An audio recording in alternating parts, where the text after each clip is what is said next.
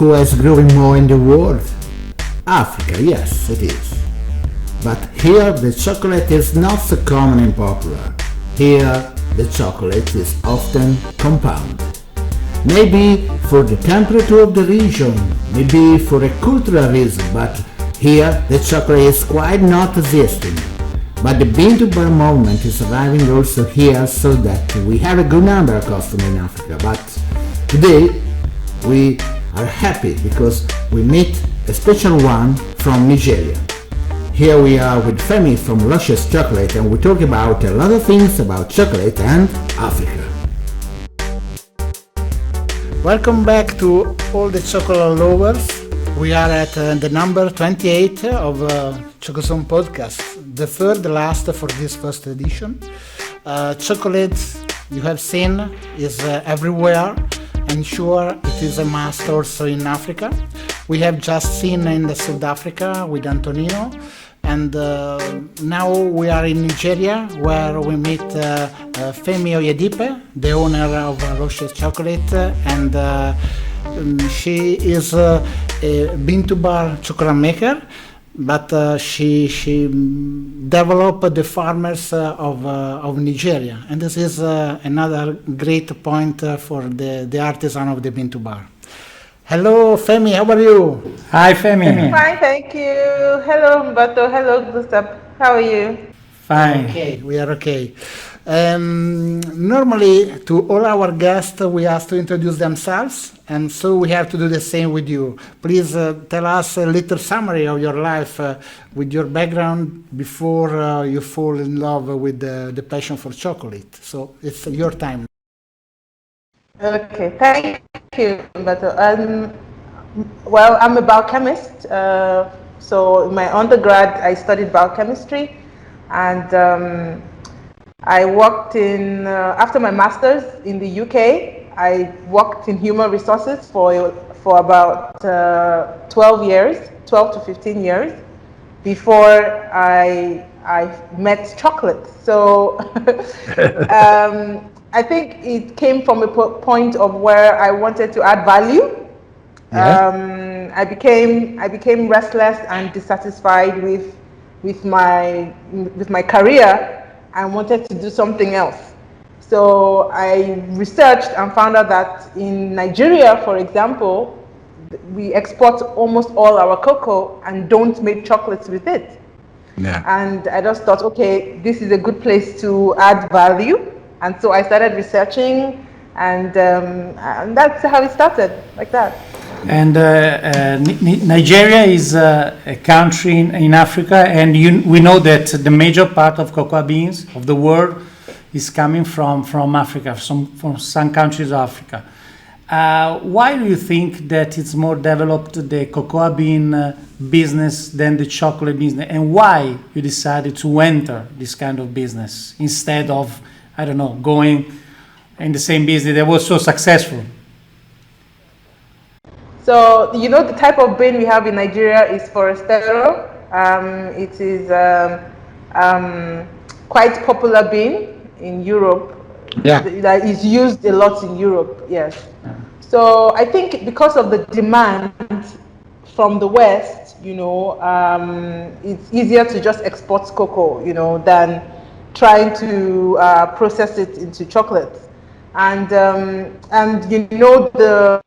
the exchange rate of the dollar to the naira, so it is more profitable for yes, if you do cocoa exports, and you make your money quickly, and yes, so it's less stressful. You make money quickly. There's demand for it, so why not? But the challenge now comes when the finished product, which is chocolate, is also needed in the country, and we end up importing finished product, which is chocolate, into the country, because we have confectioners use chocolate, bakers use chocolate, industries use chocolates for some of their produces. So we end up importing the finished product, So with my research, I found out that there was that demand, in the country for finished, product, which is chocolate. So I decided that, this is something, that will be worth doing. And also, let me just add, with Nigeria, we have a lot of challenges in terms of economic challenges. We don't have stable electricity and all of those things. So those things as well, discourage entrants, people that want to do bean-to-bar chocolate or even mass production of chocolate, whatever, because we have all those infrastructural challenges. Yeah. Yeah. And back to your knowledge about chocolate, how did you start and how did you learn to make it? Okay, so I went on Google and I saw this man is called Chocolate Alchemy. And he was showing how to make chocolates from the bean. Then I got a book on how to make chocolate. And then me and Peter, because I'm a co-founder of Loshes Chocolate, Peter, who is my husband, is also a co-founder. And he's a huge enthusiast of chocolate making and the art of bean-to-bar. So we started, in the basement in our house. We started exploring beans from different regions, and and that's how we began to make chocolate, sample chocolate, give friends, family first to see how they would, accept the product, and then we started like that until we grew the company to where it is. But it has been difficult. I know that in Africa you have also in other part of the world, but in Africa there is a great quantity of compound. And my question is, has been so difficult to explain to start to your friends the bitter taste of the dark chocolate to explain this or not? How did you do? So, like you said, Umberto, a lot of people are used to compound chocolate. Yeah. And, compound chocolate, is not like premium type of chocolate. It is all sorts of things in it, compound, all sorts of things in the chocolate. So if you're trying to market to a society that is used to compound chocolate, 3-ingredient chocolate, it's hard, So we had to do a lot of tasting. We invite people to the factory. They do a tour of the factory. They taste the chocolate. We do a lot of awareness, in magazines, TV, radio, to talk about the chocolate. And we're still educating people still of the difference of the value of eating a 3-ingredient chocolate as opposed to compound chocolate. And now, please tell us, how do you make your chocolate in your factory?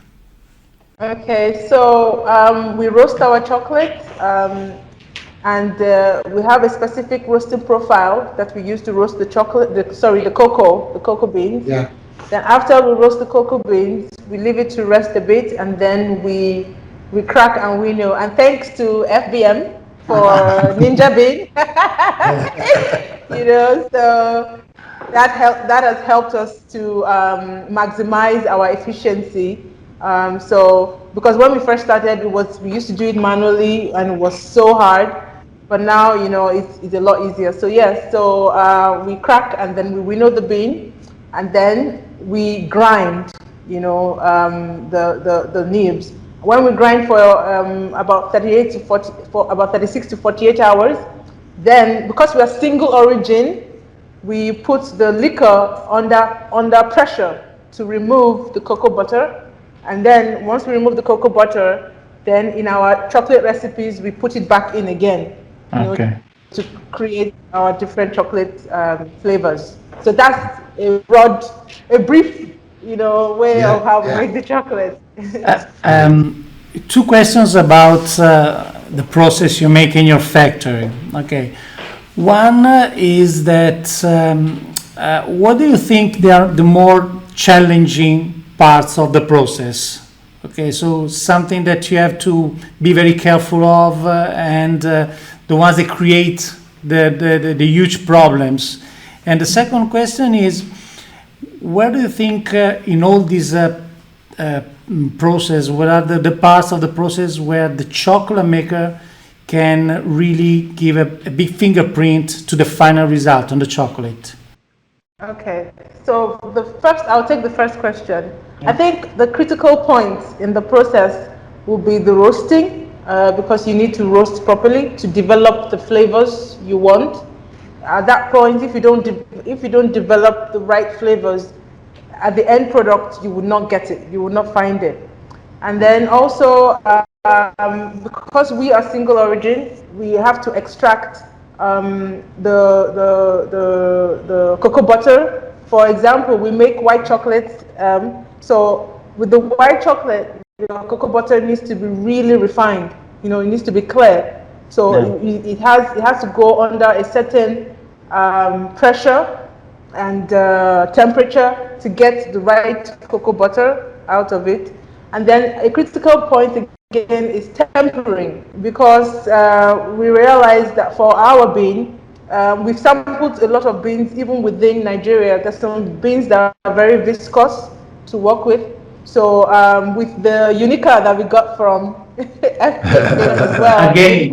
Yes, again. So we're able to work with quite challenging chocolates, and at that point, you don't want untempered chocolates to get to your customers, because that affects the experience of the product. So yes, so those are for me, for a chocolate maker, those are the areas that you need to take into consideration, and also the quality of the bean too, because that also affects the taste. So for your second question, the chocolate maker, where the chocolate maker can decide the final flavor. I mean, which part of the process more than other parts? Yeah, so first of all, sourcing your bean, the quality of your bean, okay, and the roasting profile. And even if you don't want to be a single origin chocolate maker, your grinding and your tempering, you need to get it right. So those are the areas, yes. And do you have some possibility, some chance to get involved also in fermentation with the farmers? Well, I've seen them do it, but I don't own my own farm. So what we do is that we work with farmers that own their own farms, and we've seen how they ferment, and because where we source from, they export most of their beans to Europe. So it's on that sort of quality that we buy, because we are three ingredients. We don't put flavors. It's the flavor of the cocoa you experience in the final product. So you have to be very particular. Yeah. From where do you take your cocoa? From which region of Nigeria? And how is the feeling with this company of farmers or these families? I don't know if you have directly with the families or if it is a cooperative, like for example in Ghana, you need the cooperative, you cannot go directly. Cooperative. The same.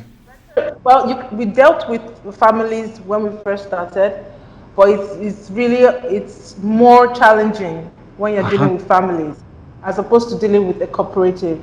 Because with cooperative, they have rules, they have regulations, they have the way and manner they have to carry on operations and things like that.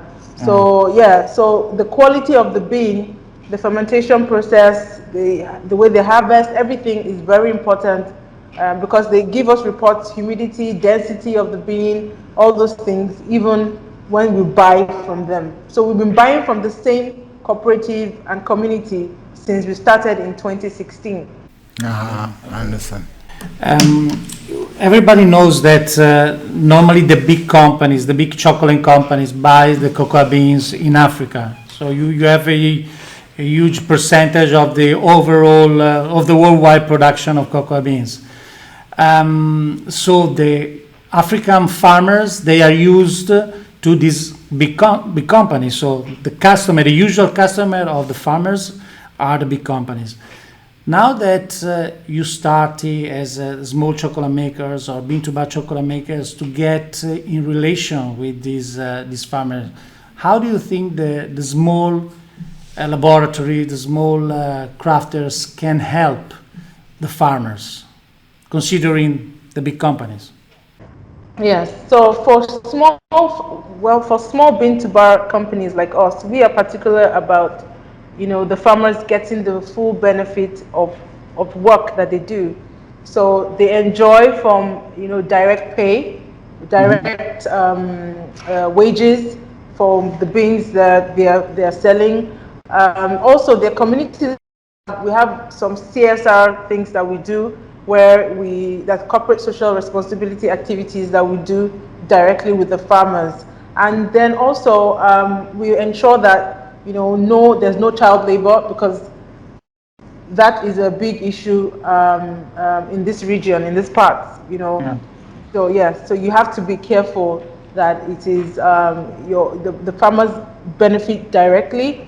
It's not just maybe like a leader, like in Africa they have leaders in each communities that could Yeah. just yeah. So you have to work closely with the cooperatives, with the farmers, and so they get the full benefit of what it is. But the only challenge is that because we don't set the prices for the cocoa beans in Africa, it's set by ICCO. So they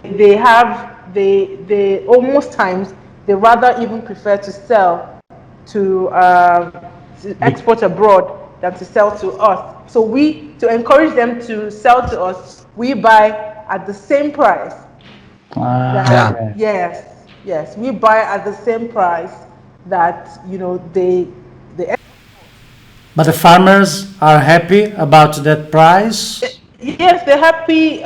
Well, they see the challenge is this. There was a meeting I think last year or so where Ghana and Ivory Coast, challenged this, but obviously we had no representation from Nigeria, Yeah. to debate this. So, I don't. I know that it could be better, Yeah. in terms of the wages and everything, but there was no representation on that level. It's a shame. So. And the other challenge that we guess you have in Africa is the weather, that it's very hot. So how do you arrange your sales? And when you have to sell to your local customer, how can you arrange that, considering the extremely hot weather? Yeah, so we have we stock in standard stores. Like we have the supermarkets that we stock the products, which are under good conditions. This is controlled. And then for customers that buy directly from us, we always send it in either cooling transportation, or we advise that we transport to them in the evenings. Yes, to reduce cost, because for cooling transportation is more expensive, and Yeah. sometimes customers are reluctant to pay that. So we just say, okay, would you mind accepting your delivery in the evening, like from 6 p.m., 7 p.m.? And they were like, okay, that's fine. So those are the strategies we have done, so some customers don't mind paying for the cooling, but some customers mind. So it's just depending on the customer. Yeah. And what is your target? Are you looking to find customers abroad, or you think it is good to stay in Nigeria to make chocolate, Nigerian chocolate for Nigerian people? So at the moment, we are still exploring locally, customers locally. We haven't explored exporting the finished product yet, but we've exported some of the byproducts like the cocoa powder. We make cocoa powder. Umberto, you didn't see it, but this is how it looks. It's natural cocoa powder because Yeah. we are single origin, so we have the cocoa cake. But I have this, remember. It is very good. Yes, so we have we export those ones and the cocoa nibs, Yeah. but not chocolate yet. No, not that yet. Okay. But once we get the right customer demand, we are happy to export. Okay. Are you producing now only bars or other kind of products, or are you expecting to improve the variety of your production? And which is your best-selling product right now? So at the moment, this is my best selling.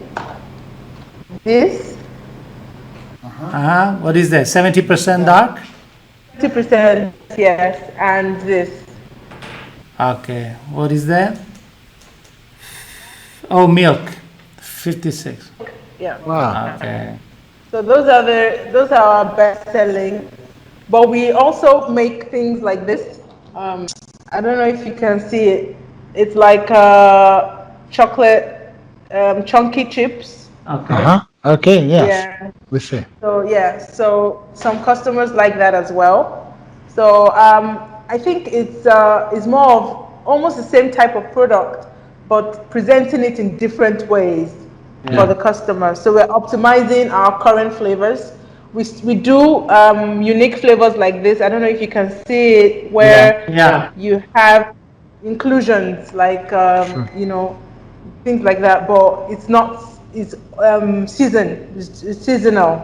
Okay. Sure. Yeah. Are you thinking of making, I don't know, typical European products like pralines or dessert with chocolate? We make pralines, but for those ones, like I said, they're seasonal. So yes, they're seasonal. We do that for birthday parties, events, things like that, but not like just have it in store and people walking. No. No. Do you have also the cocoa drink? You know, in South America there is mainly chocolate drink more than bars, for example, in some countries. Do you make something like that?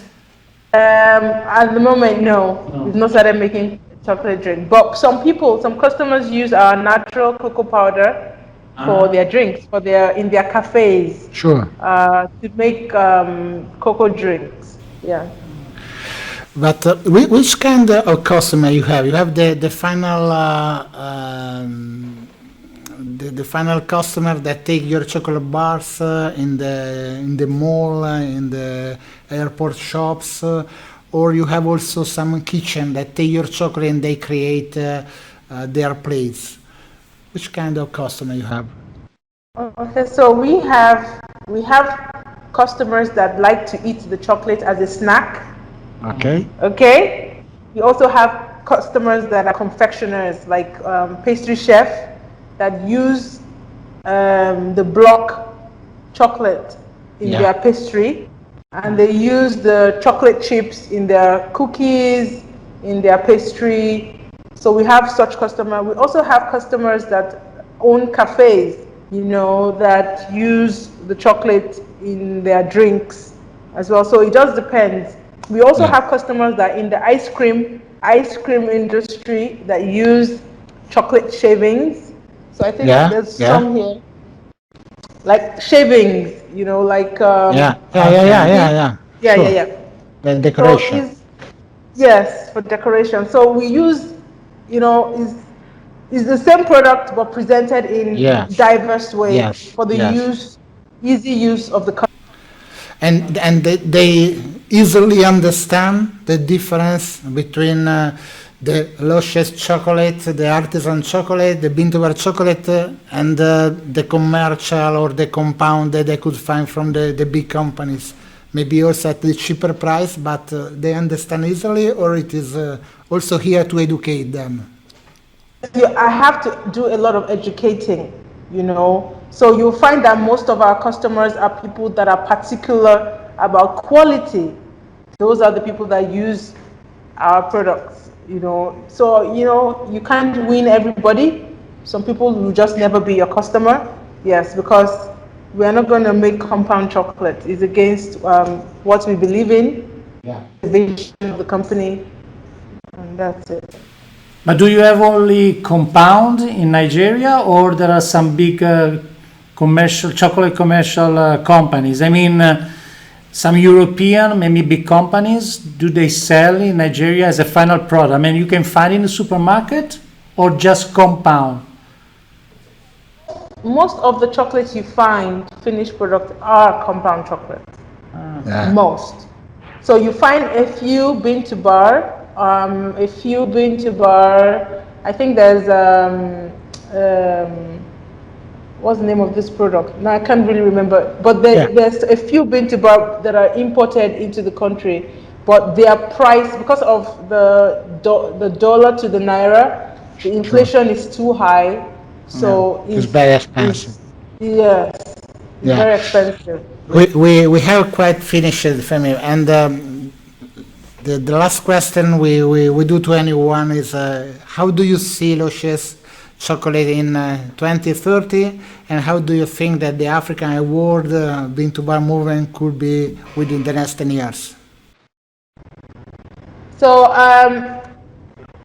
the way I see Loshes being a chocolate company, one of the best in Africa, where that also has tentacles also internationally, where you can find our products that can compete on the shelves with other international brands.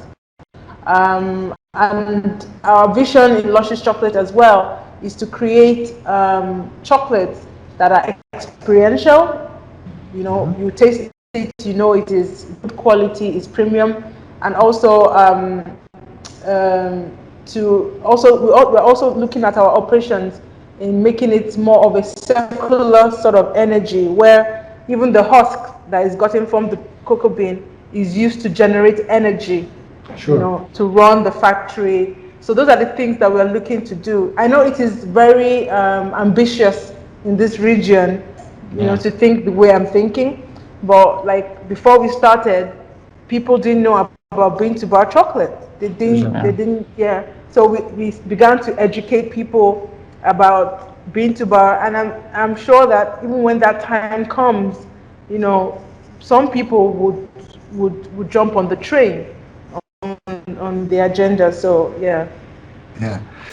And you see the in the 2030 a different system to sell your chocolate through the web, or always with the standard way with the distributors and so? I think by 2030, I think it will still be a blend of both. I think it will still be a blend of both. Yes, obviously more online, but it will still be a blend of both, because the bean to bar factory are factories that are within, like, is more within where people are. They're not like the factories that are very high energy, combustion, and all those things. So bean to bar factories are more, you know, eco-friendly. So I think it will still be within where people will be, you know, and some people will still want to come into your factory to see what you do and buy. And then some people will still do online. So I think it's going to be a blend of both. Probably the more international. To bar, not compound for bean. Probably the more international you turn, the more web you will use to, you know, to sell your products, probably. Yeah. Okay, Femi, we thank you a lot for your time. Thank you for inviting me. Thank you very much. It is a pleasure. Say hello to Peter, that now he's not there, and we will see soon, for sure. Thank you very much. Definitely. Thank you very much, Bishop. Thank you.